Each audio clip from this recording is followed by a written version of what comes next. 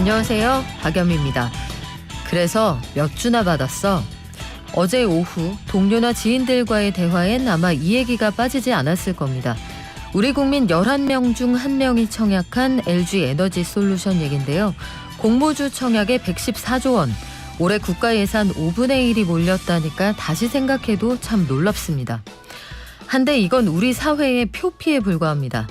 작년 3분기 기준 소득 상하위 20%의 격차는 8배 이상 벌어졌고 20대 청년의 세상은 이른바 출생 로또에 따라 극명히 갈렸습니다. 상하위 20%, 소득 차는 2배에 불과했지만 자산은 무려 40배나 차이가 났습니다. 그들이 사는 세상, 더 이상 그들만 사는 세상이어선 안 되겠죠?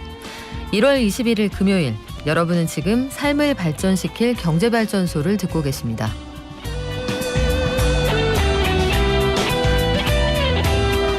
대출 규제와 금리 인상 등 부동산 시장을 좀 위축시킬 수 있는 요인들이 드러나면서 서울의 아파트 매매 가격 상승폭이 줄어들고 있다고 합니다. 전세 시장까지 한번 같이 점검해보고요. 올해 생산자 물가지수가 10년 만에 가장 크게 올랐답니다. 결국 소비자 물가를 건드리게 될 요인일 텐데 현황 점검해보겠습니다. 이어서 증시, 지난밤 뉴욕 증시와 오늘 우리 장 전망해보겠습니다. 20대 대선 특집 오늘 8번째 시간인데요. 한국 경제 무엇을 바꿔야 하나, 금융연구원 지만수 선임 연구위원과 함께 중국은 우리에게 어떤 존재인가 오늘 한번 같이 고민해 보겠습니다. 방송 중에 샵 0951로 문자 주시면 경제도서 보내드리고요. 짧은 문자 50원, 긴 문자 100원입니다. 청취율 조사 기간 아직 안 끝났거든요. 혹시 모르는 번호로 전화가 온다면 청취율 조사 번호일 수 있습니다. 받아서 즐겨 듣는 프로그램 경제발전소 박연미입니다. 알고 계시죠? 깨어있는 경제발전소. 매일 아침 9시 경제를 이해하는 똑똑한 습관. 경제발전소 박연미입니다. 매일 아침 쏟아지는 경제 뉴스 10분만 투자하면 충분히 따라잡을 수 있습니다. 10분 경제, 한국경제신문 임현우 기자가 정리합니다. 안녕하세요. 네, 안녕하세요. 서울의 아파트 매매값 이 상승폭이 계속 줄어들고 있는 모양이네요. 네, 이번 주는 서울 25개구 가운데 절반 가까이가 보합 내지 하락을 하면서 전반적으로 약보합 전환이 임박한 것으로 분석됐습니다. 한국부동산원 조사에 따르면 이번 주 서울 아파트 값은 0.01% 올랐습니다. 지난주에는 0.02%를 기록했는데 상승폭이 줄었습니다. 대선을 앞두고 관망세가 짙어진 가운데 대출 규제와 금리 인상 등으로 매수세가 급감하면서 서울 아파트 시장은 6주 연속 상승폭이 축소됐습니다. 전체 25개구 중에서 4개구 아파트 값이 하락했는데요. 성북과 노원, 은평과 금천구가 0.01에서 0.02%의 하락을 기록했습니다. 보합인 지역은 8개구로 들었는데요. 관악구 아파트 값이 상승세를 멈추고 보합으로 전환이 됐고 강동과 마포는 2주 연속 제자리 걸음을 했습니다. 재건축과 리모델링 호재 때문에 높은 상승률을 보였었던 용산구도 지난주 0.05에서 이번 주 0.03%로 오름폭이 줄었고요. 서초와 강남, 송파, 강남 3구도 지난주보다 상승폭이 둔화됐습니다. 경기도 아파트값 역시 하락 지역이 늘어나면서 지난주 0.02%에서 이번 주 0.01%로 오름폭이 축소됐습니다. 안양 아파트값이 처음으로 하락 전환했고요. 수원시도 2019년 7월 이후에 26개월 만에 0.02% 하락을 기록했습니다. 네, 전세 시장은 어떻습니까? 전세도 전반적으로 안정세가 이어지고 있습니다. 지난주 0.01% 상승률을 기록했던 수도권 아파트 전세값이 이번 주에는 보합으로 전환됐는데요. 2년 5개월 만에 상승을 멈춘 겁니다. 서울의 전세값은 지난주 0.02에서 이번 주 0.01%로 오름폭이 축소됐습니다. 경기도 아파트 전세값도 보합을 기록했고요. 인천은 0.03% 떨어져서 2019년 8월 이후에 처음으로 하락 전환했습니다. 이 올해는 계약 갱신 청구권을 사용한 임차 수요 그리고 이사철 수요 같은 것들이 맞물려서 임대차 시장에 다시 변수가 될 것이라는 예상이 나오는데요. 이 부동산 정보업체들의 집계를 보면 올해 서울 아파트 입주 물량은 약 2만 가구로 지난해 3만 2천 가구에 비해서 줄어들 전망입니다. 또 경기와 인천의 아파트 입주 물량은 지난해 12만 9천 가구였는데 올해는 14만 9천 가구로 2만여 가구 정도 늘어날 것으로 보입니다. 네, 아직까지 전 세계적으로 물가에 대한 공포를 떨쳐내지 못하고 있는 상황인데 국내 생산자 물가 지수가 10년 만에 가장 크게 올랐습니까? 네, 생산자 물가 지수는 가계가 아니라 기업의 관점에서 이 시장에 공급하는 가격의 변동을 측정하는 지표인데요. 이 한국은행이 어제 발표한 통계를 보면 지난해 생산자 물가 지수가 전년 대비 6.4% 상승했습니다. 2011년에 6.7% 상승 이후에 10년 만에 최고 상승률이었는데요. 국제 유가와 원자재 가격이 뛴 영향이 컸습니다. 이 12월만 보면 생산자 물가 지수는 전년 동월 대비 9% 올라서 13개월 연속으로 상승세를 이어갔는데요. 이 전달 9.8%였던 것보다는 상승률이 줄어들었지만 여전히 고공행진을 하고 있습니다. 이 품목별로 보면 농림수산품과 전력, 가스, 수도 등이 오른 영향이 컸다는 게 한은의 설명인데요. 이 농림수산품에서는 농산물과 수산물이 많이 올라서 전월 대비 2.6% 상승했습니다. 전력, 가스, 수도 같은 경우는 전월 대비 1.6% 상승을 했고요. 반면에 석탄, 석유 제품, 화학 제품은 6% 정도 하락했습니다. 이렇게 기업이 생산자 물가가 좀 올라갈 거다 실제로 체감을 하게 되면 소비자 가격도 오르겠네요. 네, 맞습니다. 생산자 물가 상승은 소비자 가격에도 일부 전이가 불가피할 것으로 보이는데요. 이 전문가들은 향후의 단계적인 일상회복으로 수요 측 요인에 의한 물가 상승 압박이 높아질 것으로 보고 있습니다. 이 개인 서비스 등등을 비롯한 물가가 연말까지 강세가 계속될 것으로 예상이 되고 있습니다. 이주열 한국은행 총재도 일주일 전에 기자간담회에서 물가 상승 압력이 광범위하게 확산되고 있다고 지적을 했는데요. 이렇게 되면 한국은행이 물가를 잡기 위해서 기준금리를 올려야 될 명분이 더 커질 수밖에 없을 겁니다. 이 외국도 사정이 비슷한데요. 12월 미국의 소비자 물가 상승률이 40년 만에 최고치인 7%를 기록했고요. 영국과 독일, 캐나다의 물가 상승률도 30년 만에 최고를 기록했습니다. 이 물가가 세계적인 화두가 되고 있다고 할 수 있겠습니다. 네, 이번에는 증권가로 가볼까요? 증권회사들에게 이른바 급전이 필요할 때 돈 꿔주는 회사가 관련한 유동성 공급, 그러니까 돈을 더 많이 꿔줄 계획을 가지고 있다 이런 얘기가 나왔는데 이게 어떤 의미가 있는 뉴스입니까? 네, 일단 증권을 담보로 이 증권사들에게 자금을 대출을 해주거나 투자자 예탁금을 맡아서 운용하는 한국증권금융이라는 회사가 있는데요.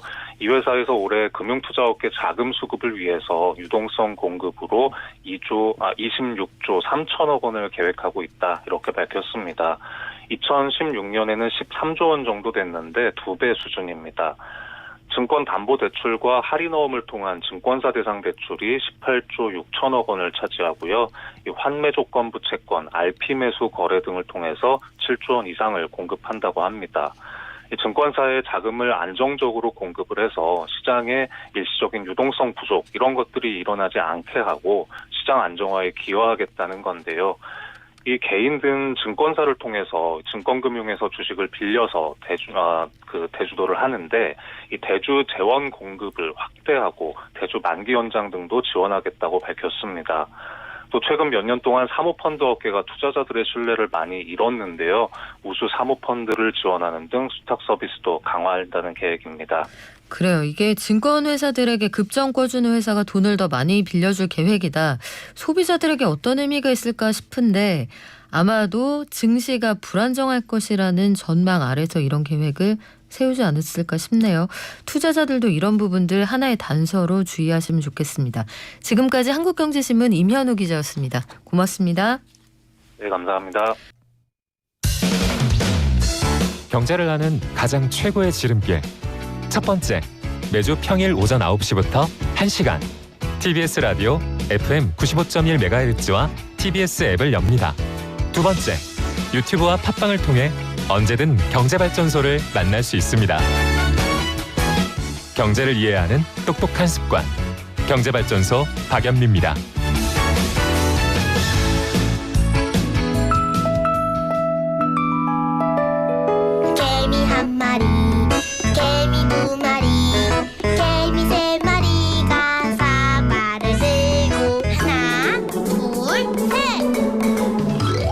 간밤 뉴욕 증시 그리고 오늘 우리 증시 전망해 보겠습니다. 키움증권의 한지영 연구원 나와 있습니다. 안녕하세요.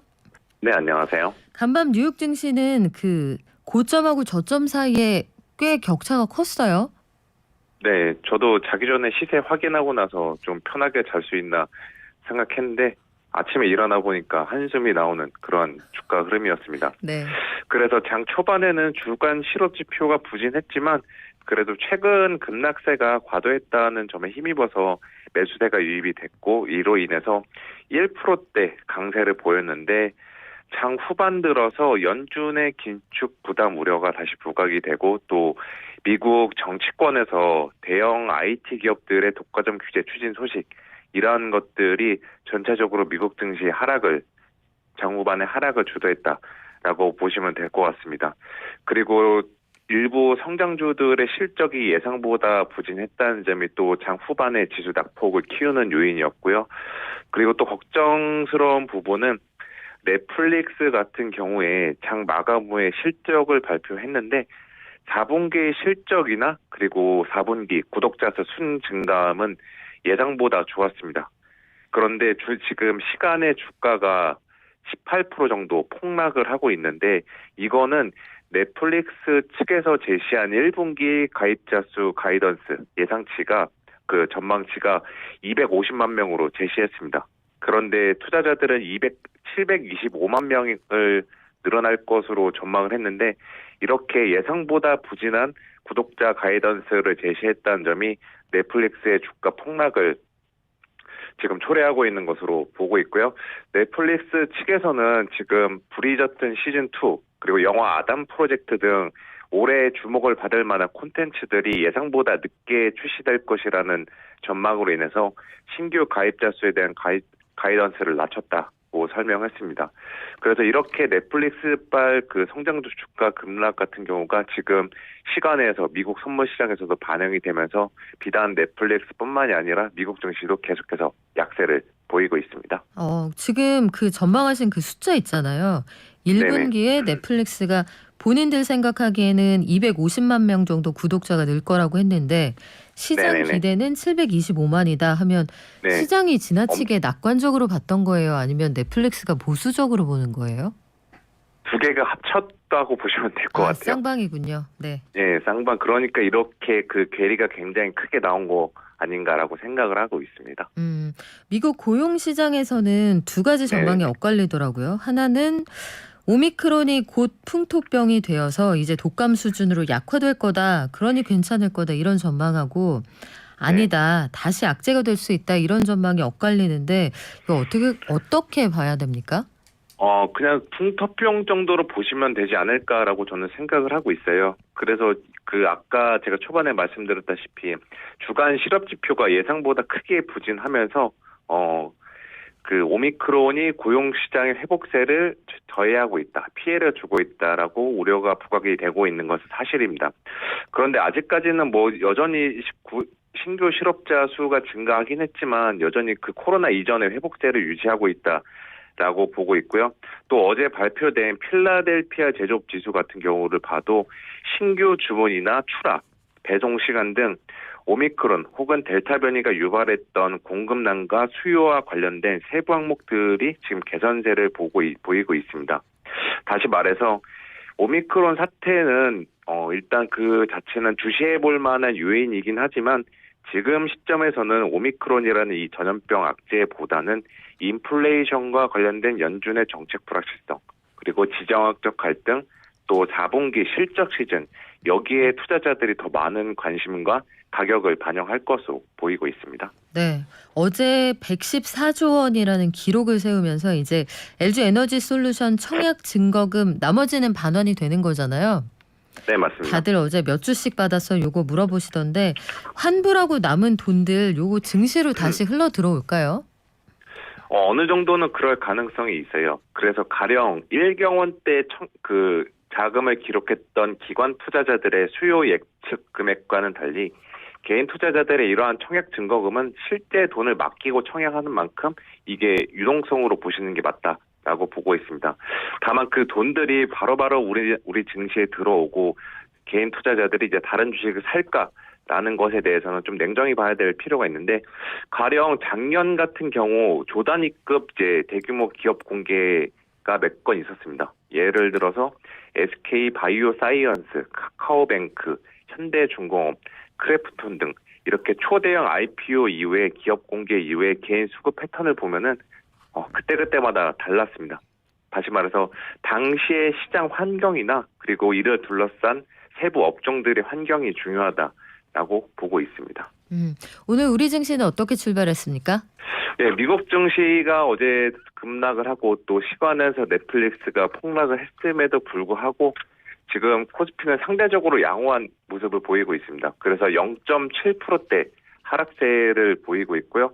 장 초반에는 1% 넘게, 장 개시할 때는 1% 넘게 하락했지만 지금 바로바로 낙폭을 줄이면서 어느 정도 그 미국 변수의 충격을 상쇄시키고 있는 이러한 모습입니다. 네, 지금까지 키움증권의 한지영 연구원이었습니다. 이번 주도 고생 많으셨어요. 고맙습니다. 네, 수고하셨습니다. 네, 감사합니다.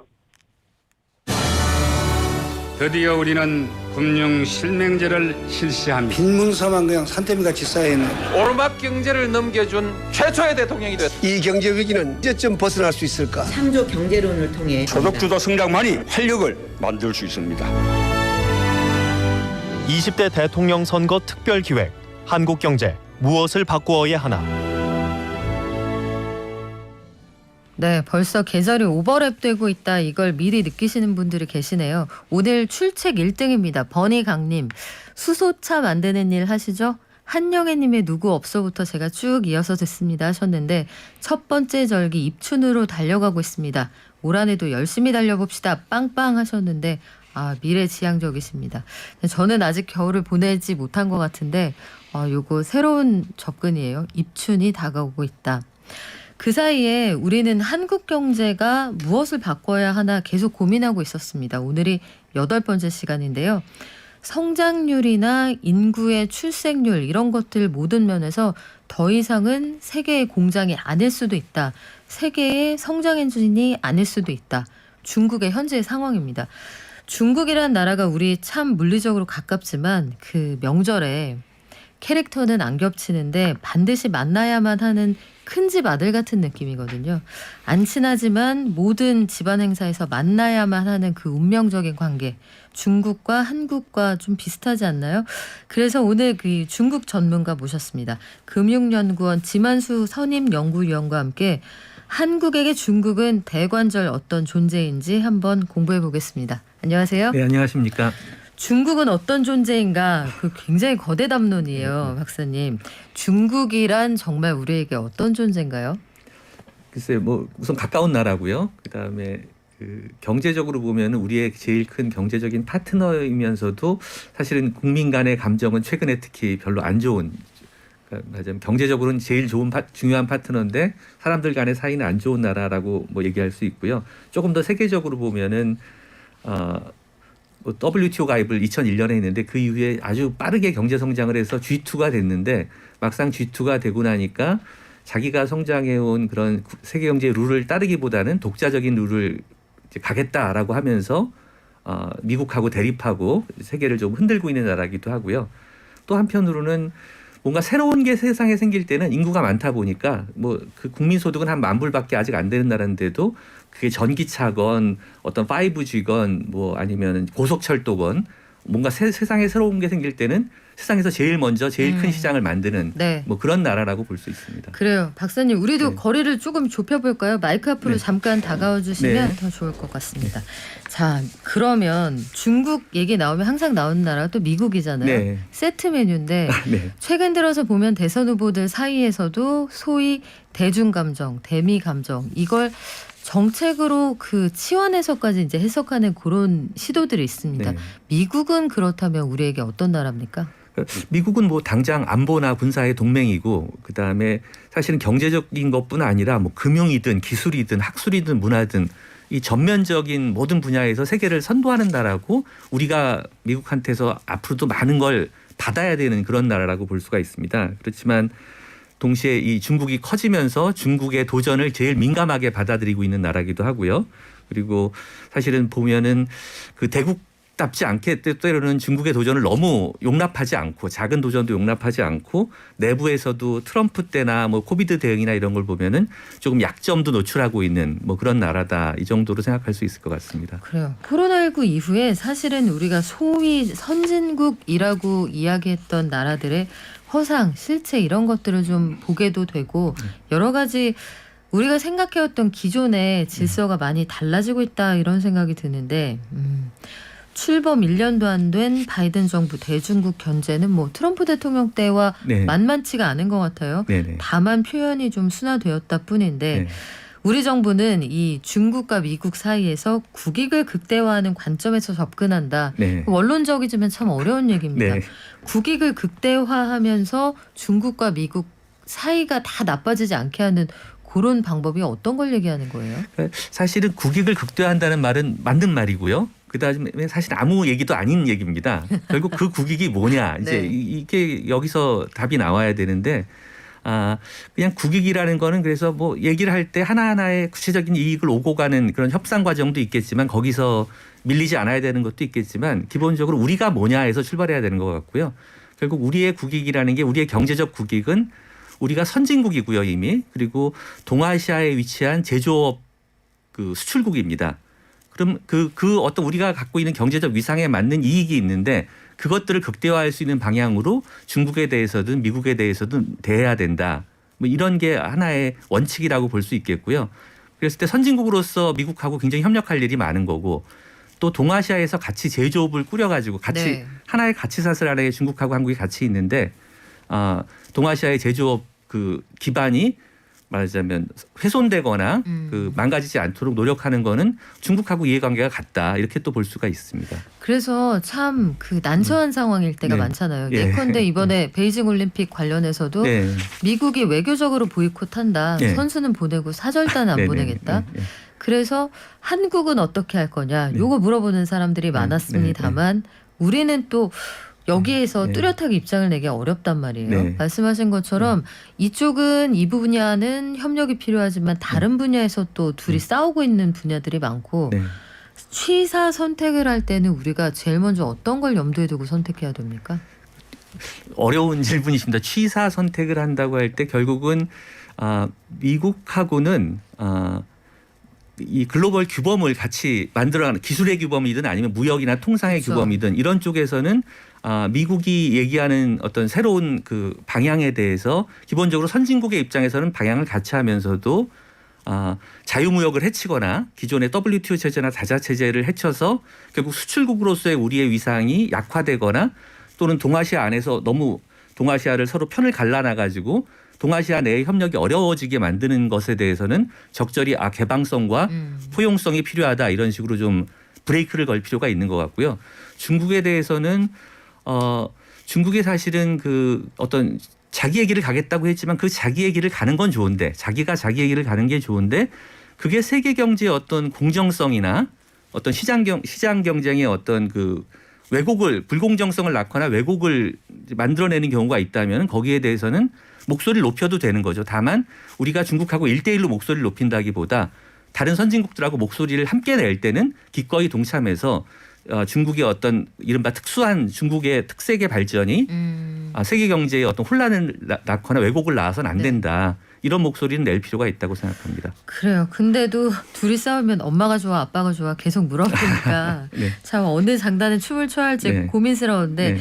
일단 미국하고 일본이 네. 지금 오늘 기준이 되겠네요. 네. 화상회의 방식으로 처음 정상회담을 한다고 하는데 또 중국 견제, 대북 공조, 북한이 올해 들어서 벌써 미사일을 4번이나 쐈잖아요. 네.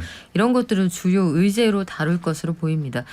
미국이 중국을 견제하기 위해서 전통적인 우방도 강조를 네, 하고요. 네, 네. 말씀하신 것처럼 새로운 규범, 체제 이런 네. 걸 계속 만들고 있는데 여기에 대해서 중국이 또 가만히 있지 않잖아요. 네. 중국은 어떻게 대응을 하고 있습니까? 사실 미국이 이제 그 아시아 지역, 뭐 요즘엔 인도 태평양 지역이라고 합니다. 이 지역으로 그 말하자면 전략의 중심을 옮기면서 중국을 말하자면 포위하거나 필요한 경우에 봉쇄하겠다 이런 장기적인 구상을 갖고 있다고 중국은 생각하고 있습니다. 그리고 지금 미국의 어떤 뭐 중국에 대한 봉쇄 적대적인 태도가 일시적인 게 아니라 왜냐하면 트럼프 때 뭐 끝날 수도 있었던 거잖아요. 근데 바이든 정부에서 계승되는 걸 보면서 이거는 굉장히 장기적인 어떤 상황이다라고 보고 최악의 경우도 대비하고 있는 것 같아요. 그러니까 말하자면 중국이 마음대로 자기 제품을 세계 시장에 팔고 뭐 외국의 기술을 들여오고 하는 것들이 지금도 일부 막히고 있습니다만 네.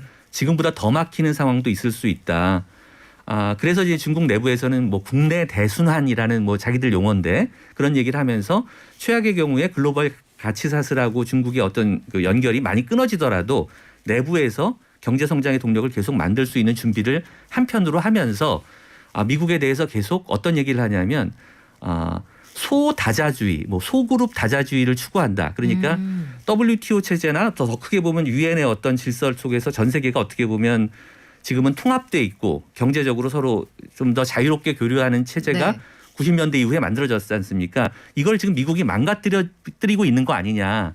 이런 식으로 반발을 하고 있는데 그건 사실은 일정 정도 맞아요. 트럼프 시대에 벌어진 일을 몇 가지 생각해 보면 그런데 미국 입장에서는 그게 뭐 그냥 자유무역 체제를 망가뜨리겠다는 게 아니라 중국이 지금 하고 있는 어떤 불공정한 부분에 대해서 견제할 구도를 만들겠다는 건데 기존의 체제가 그걸 못 해주거든요. WTO 체제가 중국의 예를 들어 국유 기업들의 어떤 행동을 제어하기가 어려우니까 이제 그런 어떤 이제 대립이 있는데 중국은 그 속에서 사실은 미국이 만들었던 자유무역 체제를 오히려 자기가 지키겠다. 이런 식으로 대응하면서 그게 어느 정도는 설득력이 있으니까 대외 메시지를 그렇게 던지고 있습니다. 내부적으로는 고립을 각오하고 외부적으로는 다자체제를 지키자 이런 식으로 얘기하고 있습니다. 그래요. 그것도 좀 아이러니 같습니다. 네. WTO 체제 안에 중국을 편입시키는데 가장 결정적인 역할을 했던 게 어찌 보면 미국이잖아요. 당시 클린턴 정부가 해준 그렇죠. 거죠. 네. 그런데 미국이 그 체제를 훼손하고 있으니 내가 지키겠다. 네. 요거 네. 참 재미있는 상황인데 네. 미중 간의 이 무역 전쟁이라고 표현을 하기도 네. 하고요. 네. 신냉전 시대다 이렇게 네. 표현을 하기도 하는데 트럼프 전 대통령 네. 뭐 이 사람 얘기를 안 할 수가 네. 없습니다. 그런데 네. 박사님께서는 네. 트럼프 아니다. 네. 시진핑이 먼저다. 네. 시 주석을 먼저 지목을 하셨단 네. 말이에요. 네. 왜 그렇습니까? 제가 그 정책의 시간이라는 책에서도 얘기한 것이네요. 왜 이런 일이 벌어졌을까 생각해 보면 트럼프가 중국을 봉쇄하겠다는 얘기가 또는 중국과의 전략적인 어떤 경쟁을 하겠다는 얘기가 미국 내에서 민주당까지 포함해서 설득력을 갖고 또 굉장히 많은 세계 선진국들이 거기에 동참하는 양상을 지금 보이고 있다는 거는 어떤 공동의 기반이 있다는 거거든요. 논리적이거나 합리적인 부분이 있다는 얘기거든요. 그런데 그 핵심은 2013년에 시진핑이 이제 취임한 때가 2013년입니다. 국가주석으로 중국이 어떤 선언을 했냐면은 중국 특색의 사회주의를 발전시키겠다는 얘기를 했어요. 근데 그거는 뭐 자기가 자기 나라 체제에 대해서 뭐 얘기하는 건 오케이인데 중국이 지금 G2로 성장하면서 어떤 상황이냐면 글로벌 500대 기업이라고 있지 않습니까? 포춘 500대 기업 네. 뭐 그 기준에서 올해 중국 기업이 홍콩까지 포함해서 135개예요.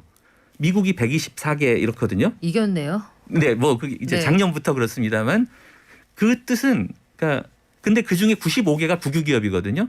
그러니까 그 뜻은 세계의 어떤 그 주요한 산업에서 중국 기업들이 굉장히 핵심적인 플레이어로 이미 다 부상을 했는데 그 기업들의 상당수가 어떻게 보면 전 세계 500대 기업 중에 5분의 1이 중국의 국유 기업이라는 얘기입니다.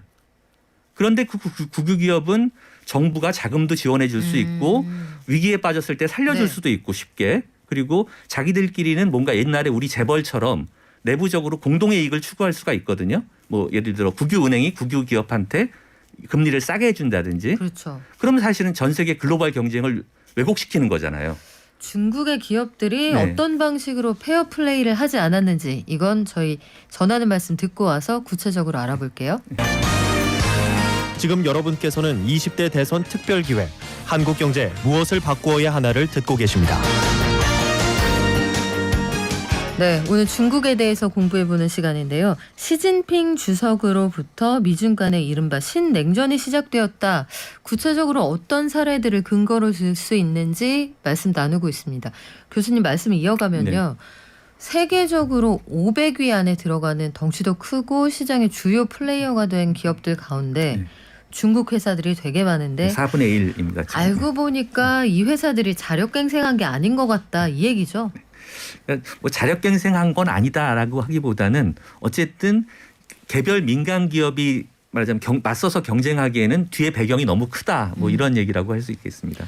그렇죠. 뭐 아빠 찬스, 엄마 찬스 네. 이런 거랑 좀 비슷한 네. 건데 나라 찬스를 쓸 나라 수 있는 찬스가 기업인 있었다. 거죠. 네. 하지만 이게 사실은 그 기업을 국가가 나서서 도와주는 네. 게 이게 네. 글로벌 시장 체제에 네. 좀 반하는 거잖아요. 네. 네. 그런 것들에 대한 견제가 필요하다. 미국이 이렇게 주장을 하고 있는데 네. 미국이 그렇다고 이 시장 경제만 지키려고 하는 행위는 분명히 아닐 거예요. 네. G2로 부상하고 있는 중국이 네. 부담스럽다. 네. 그래서 견제하겠다는 얘기인데 네. 트럼프 대통령이 그래서 시진핑 주석의 큰 구상에 제동을 걸었습니다. 네. 그러면서 전쟁이 촉발이 됐던 거죠. 네. 그러니까 트럼프 대통령이 한 일은 이분이 굉장히 비전통적인 사람이지 않습니까? 맞아, 그렇죠. 미국 어떻게 보면 주류적인 어떤 미국의 흐름을 대표했던 사람이 아닌데 그러다 보니까 훨씬 어떤 중국 이슈 같은 미국도 처음 맞이하는 그런 도전이지 않습니까? 거기에 대해서 자유로웠던 것 같아요. 그래서 중국을 견제해야 되겠다는 생각을 뭐 트럼프 때 처음 한 게 아니라 오바마 정부 때부터 이미 왜 피봇 투 아시아라고 그래서 그렇죠. 그 당시 힐러리 국무장관이 주도해서 중국을 견제할 필요가 있다는 얘기는 이미 했는데 그때 너무 점잖게 했어요. WTO 룰을 다 지키면서 네. 산업 보조금을 조금 어떻게 규제해보고 그다음에 뭐 기술 이전 관련된 거를 조금 더 들여다보고 환율을 들여다보고 그다음에 지금 많이 얘기되는 이른바 CPTPP의 전신이 된 TPP 그 미국이 동아시아 국가들을 네. 이제 그 자유무역지대로 묶는 시도. 근데 트럼프는 대뜸 취임하자마자 TPP 이런 식으로 할 게 아니다.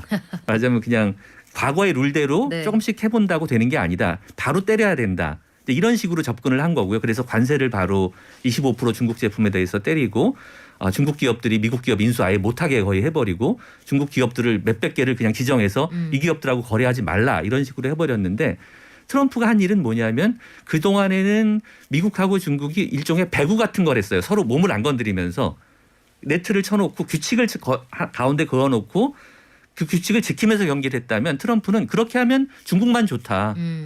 우리가 센 걸 다 활용해야 되겠다. 이종 격투기 같은 걸로 하고 싶은 네. 거죠. 그래서 정면으로 미국이 갖고 있는 다른 능력, 비경제적인 능력까지 다 중국 견제에 활용하겠다. 이 길을 열어버린 거예요. 그리고 나니까 바이든도 기본적으로 중국의 전략적 도전에 대해서는 민주당 때부터 공감대가 있었고 트럼프가 열어놓은 길이 자기도 자유로워진 걸 굳이 회수할 필요가 없지 않습니까? 사실 편하죠. 네, 편해진 욕을 거죠. 트럼프 대통령이 다 먹고 네. 내려갔으니 네. 그래서 바이든 정부 들어서도 트럼프가 했던 굉장히 무리한 제재 조치들을 하나도 풀어주지 않았어요. 거기다 플러스 알파로 지금 한국이나 일본이나 유럽에 대해서 동맹을 통해서 중국을 포위하는 압박을 더 추가하자 이 얘기를 하고 있는 거죠.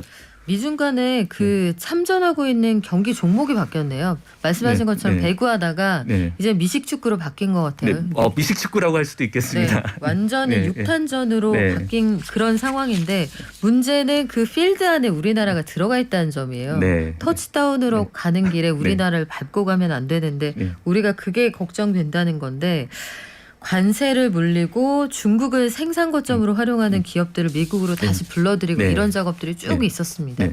사실은 이 거친 외교적인 네. 문법 아래서 우리가 반사 이익을 본 측면도 약간은 네. 있었고요. 네. 시진핑 중국 국가주석이 결국은 이 양안 통일을 계속해서 주장하는 것도 대만의 TSMC라는 네. 이 세계적인 반도체 회사를 흡수하려는 의도다 이런 하나의 시나리오랄까요? 네. 이런 얘기도 나오던데요. 그러니까 사실은 미국의 그 중국 견제 중에서 중국 입장에서 가장 아픈 게 반도체입니다. 그러니까 미국의 그 반도체 부분에 대한 견제라는 건 어떤 구조냐면 중국이 전 세계 반도체의 50% 가까이를 소비하고 있거든요. 그렇죠. 사용하고 있거든요. 그걸 안 주겠다는 얘기가 아니에요. 그거는 사가라라는 겁니다. 중국 내에서 못 만들게 하겠다는 거예요. 그 대표적인 게 노광 장비 중에서 이제 그 좀 첨단 장비, 네. 이른바 그 뭐 10나노 이하의 반도체 그 설계 회로를 만들 수 있는 장비에 대해서는 중국의 수출을 아예 못하게 해버렸어요. 그러니까 유럽에다가 중국에는 그 기계 팔지 마 이렇게 네, 압력을 그렇게 넣었죠. 했습니다. 그 의미는 중국은 반도체를 쓰기만 해라. 만들지는 마라. 혹시 만들더라도 그건 한 두세 대쯤 격차가 있는 그 아주 그 오래된 제품만 만들어라. 이제 이런 식으로 그 구조를 만들어 놓으니까 중국 입장에서 가장 답답한 겁니다. 하나는 자기들도 반도체 산업을 키우고 싶은데 그게 안 되고 또 하나는 반도체를 사용하는 많은 부분에 그 다른 산업들도 다 쓰지 않습니까? 자동차도 쓰고 전자산업도 쓰고 모든 부분에 반도체가 그렇죠. 들어가는데 그 어떤 그 이른바 공급망의 많은 부분을 선진국에 의존하게 되는 거지 않습니까? 그러면 장기적 전략적으로 볼 때 이건 뭐 말하자면 산업의 명줄을 넘겨준 그런 셈이 되니까 중국은 굉장히 아프고 이제 그러다 보니까 뭐 TSMC 얘기까지 대만 얘기까지 나오는 건데 중국 입장에서 굉장히 곤란한 상황인 건 맞고 반도체가 가장 아플 거라고 생각합니다. 그래요. 그 반도체 중국의 아킬레스건이 되는 그 반도체가 사실은 지난 2년 동안 코로나19 상황에서 우리 제조업의 기반이 되기도 했단 말이죠. 우리 입장에서는 그러면 중국은 우리 반도체를 제일 많이 사가는 회사이고 사가는 나라이고 미국도 우리에게 외교 안보 전략상 가장 중요한 나라인데 지금 이 상황이 우리한테 이 더하기 빼기 했을 때 플러스입니까? 아니면 좀 더 그 경계해야 될 상황인 겁니까? 뭐 제가 볼 때는 이른바 어떤 때는 표정 관리라는 걸 해야 되지 않습니까? 표정 관리가 필요할 만큼 사실은 좋은 상황이라고 생각합니다. 그렇군요. 그러니까 한 5년 전 생각해 보면은 우리 반도체 산업의 가장 큰 걱정이 뭐였냐면 중국이 생산 능력을 키워서 반도체 산업도 우리를 추격할 거다. 반도체 굴기한다고 그래서 되게 긴장했었죠. 엄청나게 돈을 들이부었습니다. 그런데 결국 미국이 설비를 안 주니까 사실상 실패하고 있고요. 그게 주는 뭐 의미는 우리에게 그러니까 한편으로는 우리가 중국에게 갖는 전략적 의미가 매우 커진 거고 우리 반도체를 살 수밖에 없으니까 또 다른 한편으로는 어떤 미국이 의도하는 어떤 반도체 견제망에 뭐 굳이 우리가 주도하지 않았지만 그 같이 포함됨으로 해서 미국이 우리를 어떤 그 중요한 파트너로 그 같이 공동 전선을 만들 수밖에 없게 하는 뭐 그런 역할을 했고 그런 의미에서 보면 우리가 수십 년 동안 반도체 산업을 키웠던 게 굉장히 큰 기여를 지금 하고 있는 거라고 보입니다. 그래요. 70년대, 80년대 한국 반도체가 성장할 수 없는 이유라는 그 리포트가 일본에서 나왔던 거 기억하시죠? 그런 생각을 해보면 참 이 격세지감이 느껴지기도 하는데요. 말씀하신 것처럼 반도체라는 것도 결국은 중국을 키워서 그 안에서 다 같이 잘 먹고 잘 살자. 이게 공동 부유 정책이잖아요. 근데 시진핑 주석이 본인이 가지고 있는 정치적인 야망을 뒷받침하려면 인민들의 불만이 없어야 하니 추구하는 게 공동 부유일 텐데 요 공동 부유 정책 때문에 사실 지금 중국의 성장이 더 가로막히고 있다. 역사적으로 이런 상황도 벌어지는 것 같아요. 그러니까 그 사실은 이제 대외적으로 미국하고 굉장히 갈등 관계가 몇 년째 지속됐으니까 시진핑 주석 입장에서는 국내적으로는 좀 단결을 해야 되거든요. 말하자면 미국에 대해서는 고립도 감수하겠다라고 했다는 건 국민들이 불안해하지 않습니까? 그렇죠. 그러니까 국민들한테 새로운 내부의 어떤 비전을 보여줘야 되는데 그게 이제 공동 부유 얘기처럼 골고루 잘 살게 하겠다 결국 그 얘기 아닙니까? 그런데 사실은 중국이 그 얘기를 처음 한 것도 아니고요. 공동 부유라는 게 시진핑 주석이 굉장히 이른바 좌클릭을 한 것도 아닙니다. 그 전에 후진타오 주석 때도 전면적 수광사회 이런 걸 만들겠다고 하면서 유사한 얘기를 했는데 다만 지금은 지금의 중국의 어떤 경제 정치 상황에 맞게 특히 도시 내부에서의 엘리트 간의 상대적인 소득 격차 이걸 좀 줄여야 되겠다 이 생각을 하고 있는 거고요. 그래서 과거에는 왜 농촌에 아주 빈곤한 사람들을 도와주겠다 이런 게 전면적 소광사회라고 할 때 얘기였다면 작년에 공산당 100주년 하면서 그건 완성했다고 선언했거든요. 그러니까 지금부터는 눈에 보이는 도시에서 눈에 보이는 아주 고소득자들 이런 사람들의 소득이 정당하고 합리적이냐 이걸 들여다보겠다라는 얘기를 한 게 이제 공동부유 얘기고 그런 의미에서는 이거 공동부유론 때문에 성장이 뭐 둔화될 수 있다. 이거는 꼭 맞는 얘기는 아닌 것 같고요. 사회 정책에 더 가깝다 이렇게 볼 수 있습니다. 경제 정책이라기보다는. 재밌네요. 공산당이 좌클릭한 것 아니다 이런 표현이 좀 어색하기도 하고. 그러니까 정치 체제는 물론 이제 공산주의입니다만 시장 경제에 거의 천병처럼 보이는 나라가 또 아이러니하게도 중국이기도 한데. 그러니까 후진타오 주석이 이번에 다보스 포럼에서 뭐라고 그랬냐면. 우리는 파이를 나누는 것보다 키우는 게 먼저다라고 생각한다 이런 얘기를 굳이 했거든요. 이게 아주 전통적으로 성장론자들이 수십 년 동안 해왔던 얘기지 않습니까? 그렇죠. 그러니까 시 주석은 공동부유 메시지를 사회주의로의 회기로 해석하지 말라는 얘기를 아주 적극적으로 하고 있는 거예요. 그래서 메시지 관리를 하면서도 저는 지금 말씀하신 게 약간 헷갈리는 부분이 어떤 거냐면 공동부유 정책을 추진을 하면서 예컨대 지난해 있었던 중국의 정책적 규제가 빅테크들 돈을 쓸어 담으면서 단기간에 급성장했던 정말 중국 내 슈퍼리치들에 대한 규제 또 다른 한 가지는 부동산 재벌이 된 헝다 같은 회사들을 불어 무너지게 놔뒀잖아요. 네네. 이런 회사들이 네. 불을 독점하는 걸 좌시하지 네. 않겠다.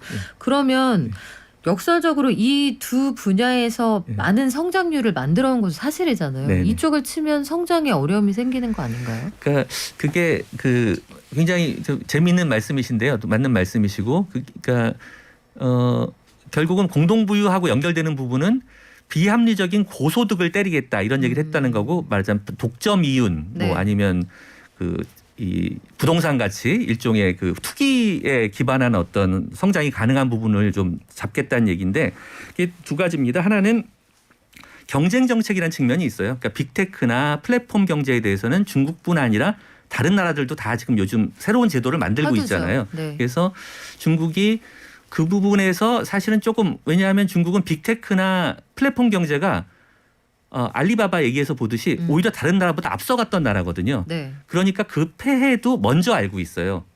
그래서 과거에 중국이 어떤 새로운 정책을 할 때는 선진국에서 먼저 한 걸 쭉 보고 있다가 그중에 중국이 할 만한 걸 뽑아다가 썼는데, 제도를 이렇게 따라갔는데, 빅테크나 플랫폼 분야에서는 자기들이 이미 세계에서 제일 앞서서 그 플랫폼이나 빅테크를 갖고 있으니까 사실 다른 나라보다 먼저 제도를 만들어내서 이제 적용하고 있는 거거든요.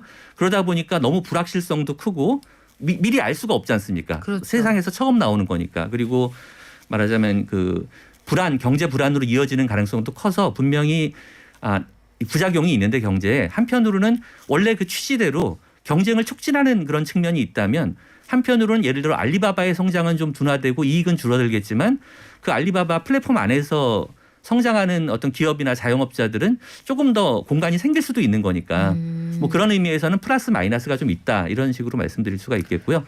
헝다 같은 경우에는 뭐 리스크 관리를 해야 되니까 부동산 쪽에 네. 부채가 너무 커져가지고 말씀대로 작년부터 이미 굉장히 강하게 헝다를 압박을 했는데 말을 잘 안 들으니까 자산 빨리 팔고 건전화시키라고 했는데 말을 잘 안 들었어요. 오히려 전기차 시장 이런 데로 막 들어가고 하니까 아마 정리하는 수순으로 가고 있는 거 아닌가, 그렇게 생각되는데, 이게 뭐 중국 경제에 큰 충격이 될 거다라기보다는 아까 말씀드린 대로 위험성 관리 및 어떤 공동부유 차원에서, 그러니까 말하자면 비합리적인 투기적인 어떤 이익에 기대는 그룹을 징벌하는 의미에서 계속 구조조정을 진행할 거라고 생각합니다.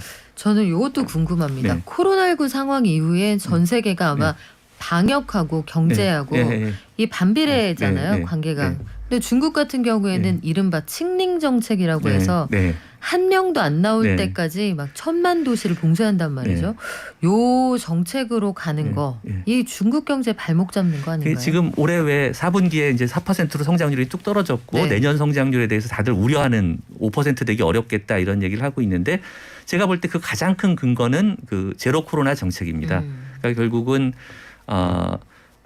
이 제로 코로나를 칭링, 말하자면 0으로 만들겠다는 그런 목표를 갖고 있는 뭐 중요한 이유는 또 올림픽도 열어야 되고 하다 보니까, 그러니까 춘절도 있고, 또 말하자면 비슷해요. 이 시진핑 정부의 가장 큰 업적이 코비드를 잘 막았다라는 것으로 이미 돼 있기 때문에 그게 확진자가 뭐 몇만 명이 되는 상황을 받아들이기가 정치적으로도 어려워요. 그렇게 되면 안 되는군요. 그러다 보니까 한두 명, 한 20명만 나와도 도시 하나를 봉쇄하는 일이 벌어지고, 그러면 결국 소비가 위축될 수밖에 없거든요. 그게 시안이었지만 지금은 이제 하남성이나 몇 개 도시로 또 퍼지고 있습니다. 그리고 아시다시피 오미크론은 전파력이 크다고 알려져 있지 않습니까? 지금 텐진, 베이징에서도 나온다고 하잖아요. 그러면 이걸 막기가 어려운데, 과거처럼 그런 도시들을 봉쇄하면 그 도시 자체의 문제도 있지만 사람들이 이건 뭐 굉장히 불안하구나라고 생각하면서 행동을 줄이게 돼 있기 때문에 요번에 이제 제일 불안해 보이는 건 결국 소비인데, 사람들이 위축되니까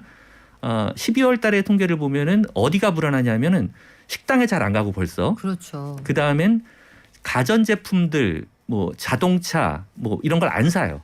그러니까 내구재들을 안 사요.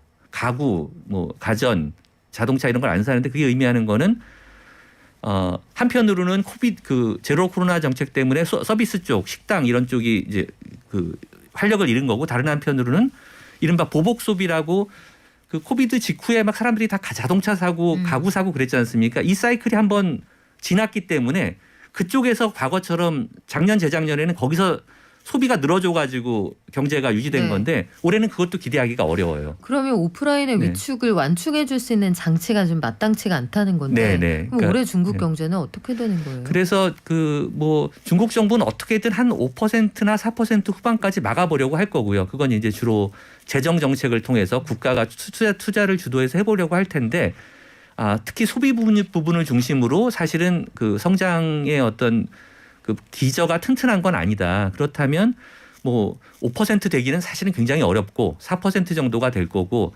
이제 거기에서 그게 그렇다고 중국 경제 위기냐 이건 아니고요. 그냥 성장률이 떨어진다. 활력이 떨어진다라는 거지. 그래서 경제가 위기다 이런 식으로 꼭 연결되는 건 아니고요. 뭐 그렇다고 해서 어떤 금융 시스템이 붕괴된다든가 뭐 이런 건 아니라는 겁니다. 네. 그렇죠. 사실 그 금융 시스템 이른바 네. 우리가 소위 시스템적 위기 네. 이렇게 얘기하는 건 네. 민간은행에서 돈을 회수를 못했을 때 연쇄적으로 네, 나타나는 네, 네. 문제지만 네. 여기는 대부분 국영은행들이 네, 네, 꺼준 네, 돈이니까 네, 네, 네. 사실 장부상으로 네. 극단적으로는 네. 소위 퉁칠 수도 있는 그런 돈들이잖아요. 네. 근데 맞습니다. 저는 올해 베이징 올림픽이 일단 민간의 티켓을 안 판다고 하는 네, 걸 보면서 네, 네. 코로나19하고 올림픽을 성공적으로 치르기 위한 그 절충점을 찾은 거겠지만 네. 올림픽을 계기로 해서 우리가 기대하는 특수들이 있잖아요. 네, 네. 근데 그거를 포기하고 가면서 네. 칙링 정책도 하면서 공동부유까지 추구하는 올해의 중국이 네. 우리가 기대하는 수준의 성장률을 보여줄까 전 요거 잘 모르겠더라고요. 그러니까 그래서 올해 성장률은 좀 기대보다 시장의 기대보다 굉장히 낮아질 가능성이 저는 굉장히 높다고 생각하고요. 올림픽 얘기를 하셨는데 그게 한편으로는 이제 그 최선의 결과를 낳는 데는 오히려 확실히 실패한 거죠. 이제 관중이 없는 그렇죠. 거니까. 근데 한편으로는 지금 제로 코비드 정책의 어떤 그 지지를 만들어낼 수 있는 명분은 될 수 있어요. 올림픽을 잘 치러야 된다. 최대한 막아보자. 그러니까 국민들이 사실은 중국 국민들도 지루해지고 의심을 가질 때가 됐거든요. 그런데 이제 올림픽이나 이런 계기가 있기 때문에 정치적으로는 그걸 아직은 활용할 수 있는 그런 상황이긴 하다. 오히려 올림픽이 없었으면 우리 이거 제로 코비드 계속 해야 되느냐 이런 얘기가 오히려 나왔을 수 있거든요. 그래서 그런 의미에서는 정치적으로는 계속 활용할 수 있는 카드가 된 셈이다라고 생각하고요. 그게 성장에 도움될 거다. 여기까지는 그런 기대가 있었겠지만 소비 회복에 기대가 될 거다. 도움이 될 거다는 기대가 있었지만 그게 현실화되지는 못한 것 같습니다. 정책적 피로도가 상당히 올라가는 상황에 네. 어쨌든 이 큰 행사 잘 치르고 네. 나중에 얘기하자 여기까지가 얘기가 네. 되는군요. 근데 요즘에 중국에서 보면 SNS를 통해서 과거하고 네. 이른바 인민들의 여론 네. 형성이 달라진다는 생각은 들어요. 네, 네. 말씀하셨던 네. 그런 상황들을 아주 오랫동안 잘 따라왔는데 네. 이번에 표를 안 판다고 하니 네. 보러 가고 싶었던 사람은 네. 나는 보러 가고 싶었는데 네. 못 보러 가서 아쉽고 네. 가기 싫은 사람은 난 강제동원해서 관람 오라고 해. 나는 무서워. 네. 이 불만들이 또 SNS를 타고 흐르는데 네. SNS를 통한 여론 형성이 번져가면 이런 것들도 중국 정치, 경제적인 상황에 영향을 좀 주지 않을까요? 네, 그 사실은 성장률이 낮아지면 여러 가지로 왜 물이 낮아지면 돌이 튀어나온다 이런 말이 있습니다. 그렇죠. 예, 그래서 여러 가지 문제들이 조금씩 더 불만이나 문제들이 튀어나올 수 있게 돼 있는데 사실은 중국이 지금 그 성장률이 낮아지는 과정에서 뭐 취업이 좀 줄어든다, 뭐 이런 이제 우려들이 분명히 있을 수 있는 네. 거고요. 또 하나는 이게 다 결국 정부 정책이 좀 잘못된 거 아니냐라는 식의 여론이 또 생길 수가 있거든요. 이 공동부유나 뭐 미국하고의 대결이나 이런 것들이 다 계속 부담이 돼서 우리 성장률이 낮아진 거 아니냐 이런 이제 그 어떤 정치적인 이슈로 이제 번질 수가 있는데, 예, 근데 결국 시진핑 정부가 올해 연말이 중요한 정치적 일정이 있거든요. 그렇죠. 예, 뭐 시진핑의 어떤 집권 연장 관련된 결정이 있을 수 있는데, 그래서 그걸 관리하기 위해서 지금 금리도 낮추고 있고. 아마 재정 능력은 충분하니까 굉장히 경기 부양을 위한 노력은 많이 할 거고요. 그래서 결국 시장이나 대외 환경의 어떤 악화 요인을 중국 정부가 얼마나 더 상쇄할 수 있느냐, 이제 이런 어떤 그 정책과 환경의 대결이 벌어지는 1년이 될 것 같습니다.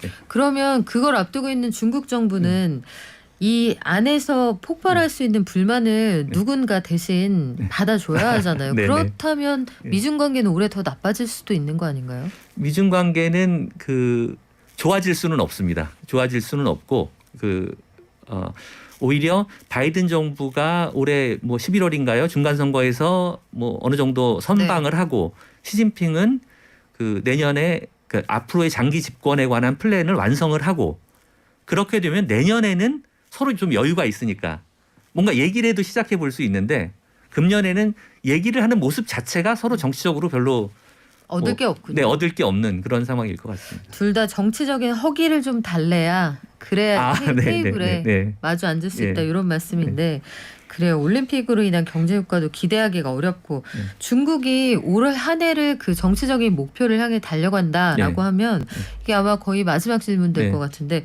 우리나라는요. 여기에서 어쨌든 중국도 잘 살고 미국도 돈을 많이 써야 잘 살게 되는 게 우리의 구조잖아요.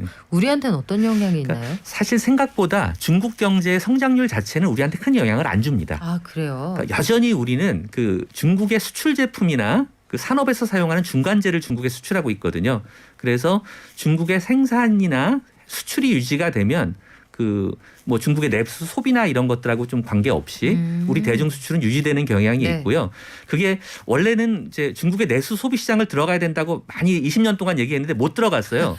근데 못 들어간 덕분에 중국 내수가 좀 죽는다고 해서 우리 대중 수출이 많이 영향받지 않는 그런 구조가 만들어져 있습니다. 그래서 저는 그 뭐 이렇게 우리 수출이 우려할 만큼의 충격을 주는 요인까지는 아니다. 오히려 그냥 세계 글로벌 경기 자체가 우리한테는 더 중요하다. 이렇게 생각합니다. 그래요. 그러면 올해는 그 외교적인 문제 이런 것들을 좀 아슬아슬한 살얼음판을 잘 지나가는 게 더 중요하겠다는 생각도 드네요. 재밌습니다.